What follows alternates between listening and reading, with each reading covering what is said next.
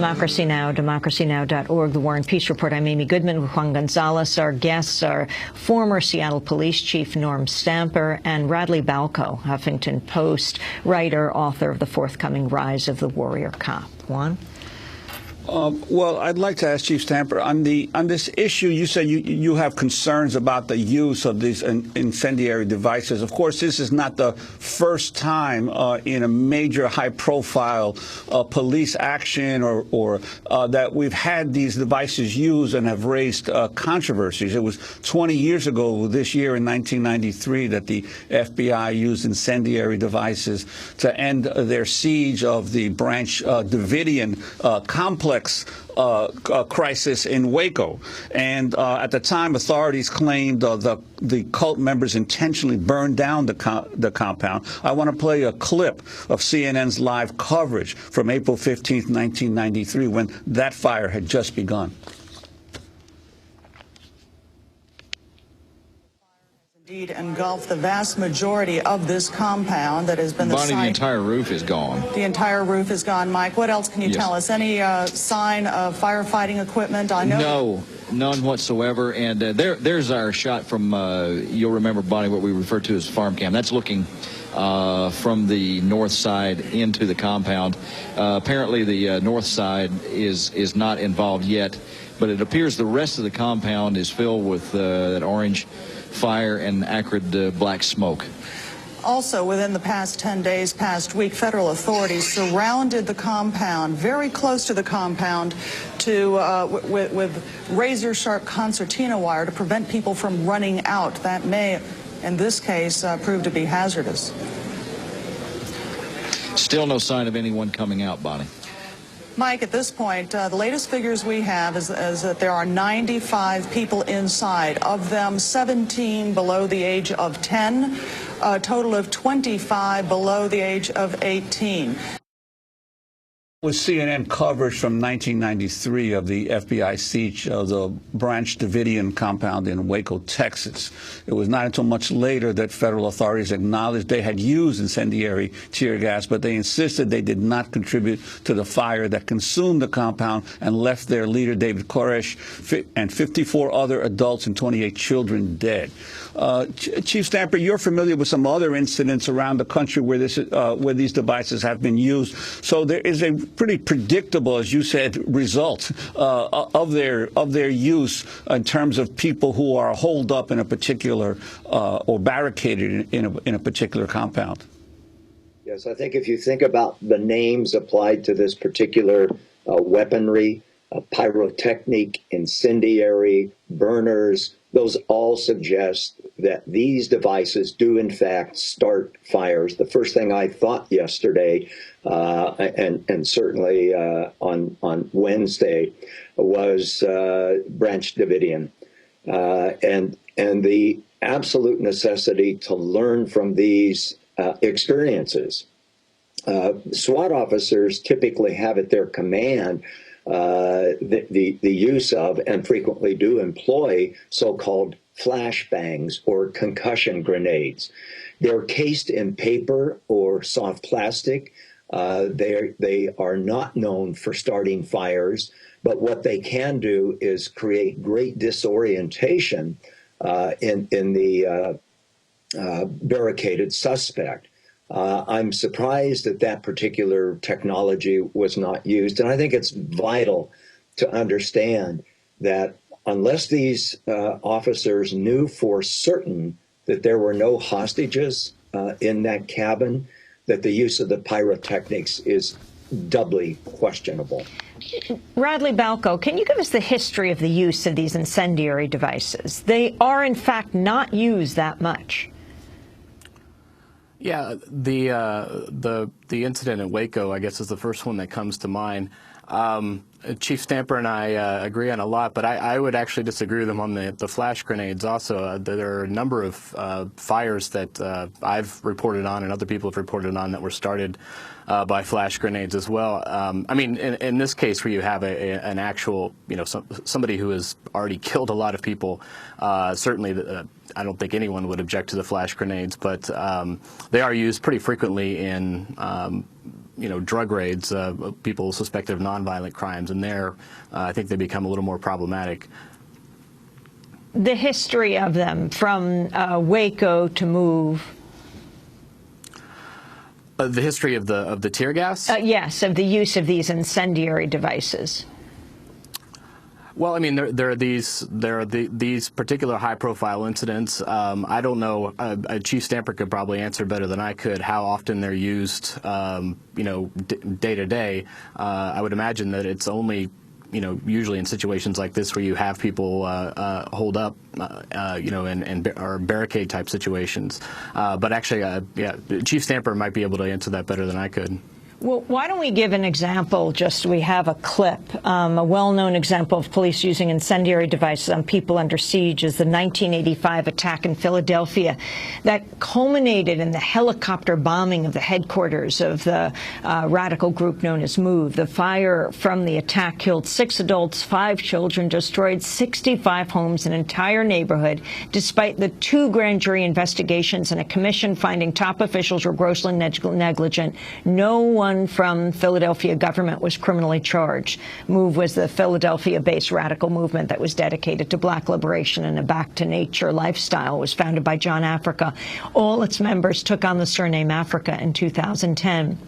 Ramona Africa, the sole adult survivor of the bombing, told Democracy Now! What happened as the bomb was dropped on her house.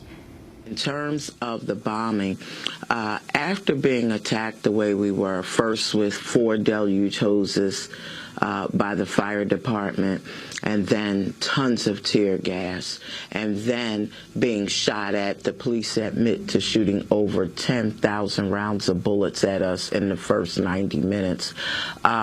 There was a lull. It was quiet for a little bit. And then, without any warning at all, 2 members of the Philadelphia Police Department's bomb squad got in a Pennsylvania State Police helicopter and flew over our home and dropped a satchel containing C4, a powerful military explosive that no municipal police department has. They had to get it from the federal government, from the FBI. And without any announcement or warning or anything, they dropped that bomb on the roof of our home. Now, at that point, we didn't know exactly what they had done. We heard the loud explosion. The house kind of shook, but it never entered my mind that they dropped a bomb on us. But the bomb did, in fact, ignite a fire. And not long after that, it got very, very hot in the house, and the smoke was getting thicker. At first, we thought it was tear gas. But as it got thicker, it became clear that this wasn't tear gas, that this was something else. And then we could hear the trees outside of our house crackling and realized that our home was on fire. And we immediately tried to get our children, our animals, our dogs and cats, and ourselves out of that blazing inferno.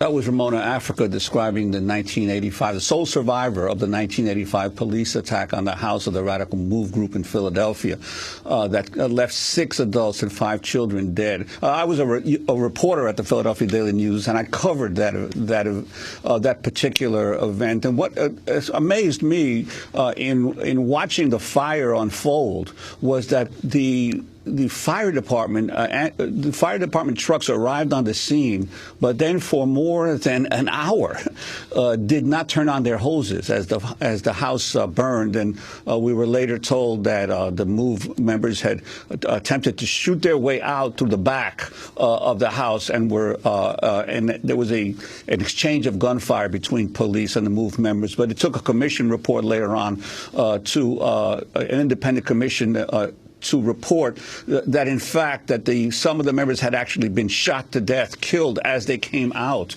of the burning house. I wanted to ask Chief Stamper, this whole issue of people trapped in these houses and a fire erupting as a result of police action, what the responsibility of the police is at that point when these fires erupt, even though you may have a a criminal or someone that you're involved in a standoff with, your responsibility as a police officer to try to capture these folks alive if possible? Your number one responsibility is the protection and preservation of human life. And when we employ tactics of the type that we've been talking about this morning in order to achieve what has essentially transformed itself into a military or certainly military-like mission, when we escalate tension and escalate tactics that predictably lead to death, we have violated our most basic, indeed our most profound responsibility, and that is the protection and preservation of human life. I wanted to play a comment from Stephen Graham, whose book, Cities Under Siege, the New Military Urbanism, looks at the increasing influence of military technology on domestic police forces. He spoke to Democracy Now! In 2011. Well, there's been a long-standing shift in North America and Europe towards paramilitarized policing, using helicopter-style systems, using infrared sensing, using really heavy militarized weaponry. That's been long-standing, fueled by the war on drugs and other sort of explicit campaigns. But more recently, there's been a big push since the end of the Cold War by the big defense and security and IT companies to sell things like video surveillance systems, things like geographic mapping systems, and even more recently drone systems that have been used in the assassination raids in Afghanistan and in Pakistan and elsewhere as a sort of domestic policing technology. That's Stephen Graham, his book, Cities Under Siege, the New Military Urbanism. Radley, Balko, if you could further comment on this, because that is the subject of your upcoming book, Rise of the Warrior Cop, and also talk about the police actions leading up to the ultimate fire and the killing of Dorner. Yeah, I think that the militarization, I think it was troubling enough when it was reserved for, drug raids, which is what it was mostly used for, these sorts of paramilitary tactics throughout the 1990s. But really in the 2000s, we started seeing it being used more routinely on patrols. And we also see, and this is what I think is really disturbing, we're seeing it used not after an assessment of the threat that the police are facing, but to send a political message.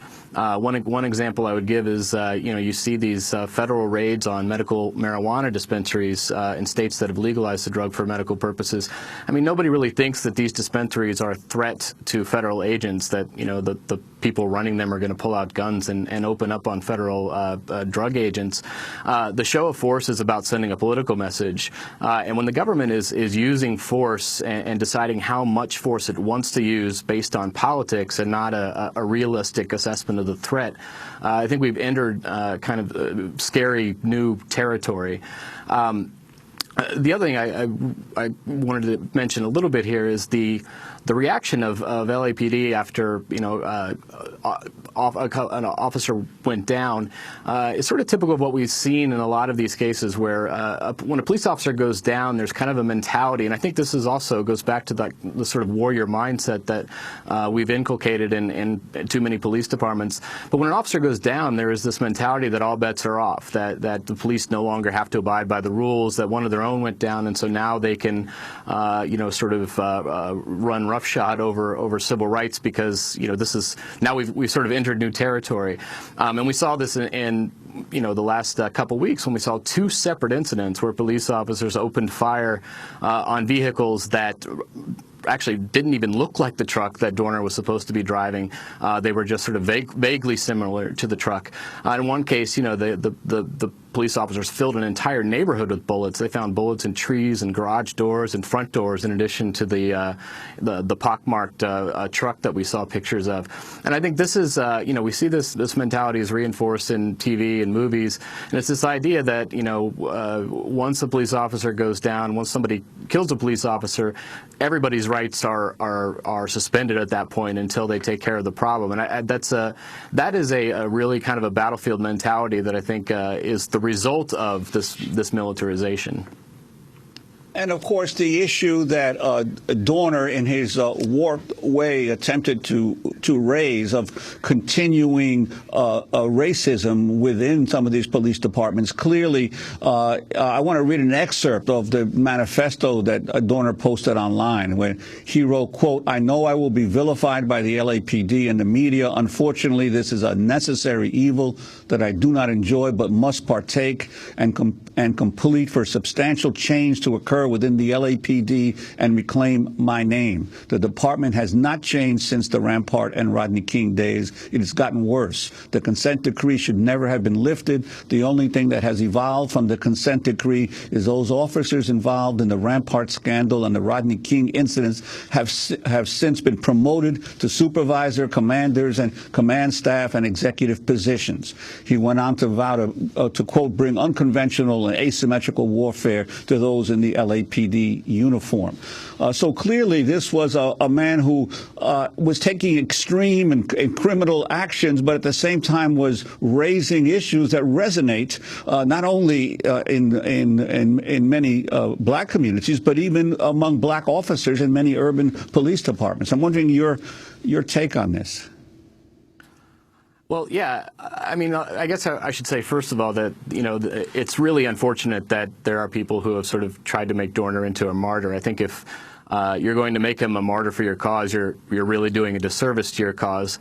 I mean, you know, not only did he take out vigilante justice against police officers, he also killed two people who, you know, their only alleged crime in his mind was being related to a police officer. So I think we should point out that this guy isn't and should be a martyr. But, you know, the problems that he points out have been, you know, present in LAPD for a long time, going back to the commission that issued a study before the Rodney King riots in the early 1990s. And yeah, I mean, he does raise issues. I mean, even the initial incident that got him fired, where he reported his field training officer kicking a suspect while the suspect was on the ground. I mean, it's sort of well known in police departments that when rookies, and I hope Chief Stamper will correct me if I'm assuming too much here, but it's sort of well known that when you get out of the academy and you're assigned to a field training officer, that's sort of a time when you're tested to see, you know, how much you can be relied upon to defend your fellow officers. It's the kind of induction period into the blue code of silence. So even that incident, you know, sort of rings true. You know, I think it's unfortunate that it took a crazy person to get these issues back in the light again. But actually, I do think that the LA Police Chief and the LAPD deserve some credit. They've actually said they are going to go back and look at these incidents and see if there's any merit to them, which is a pretty admirable thing to say, given what was going on at the time.